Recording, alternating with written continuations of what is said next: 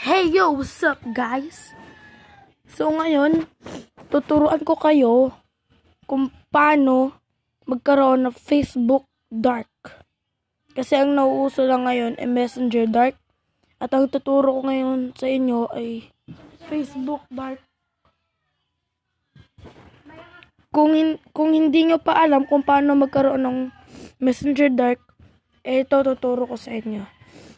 Una, punta kayo sa Messenger and mag-send kayo ng moon. Yan, moon na emoji. Tapos, isend nyo at may lalabas na ganyan. Tapos, i-click nyo ulit. Click nyo ulit. Tapos, may lalabas dyan na you unlock dark mode. Tapos, yun na.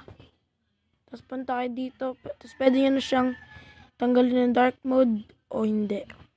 So, ngayon, punta tayo sa Facebook. So, tuturo ko sa inyo. Una, pumunta kayo muna sa link at i-download nyo yun. At dito kayo mapupunta sa Mediafire.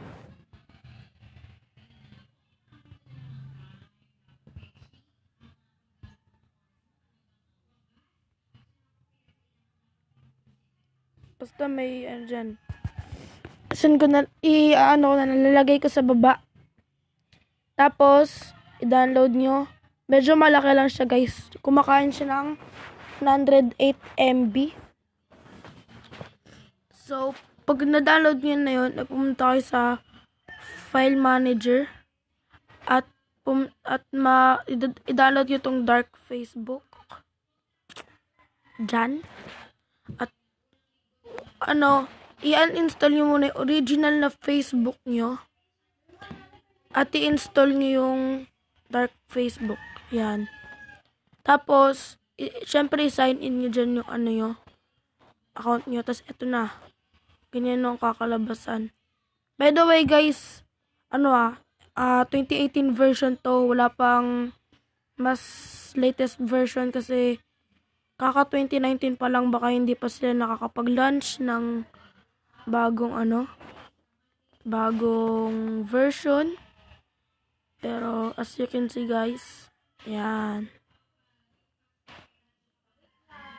Diba? Yun. So, thank you guys for watching. Hope you like this video. And, mwah mwah.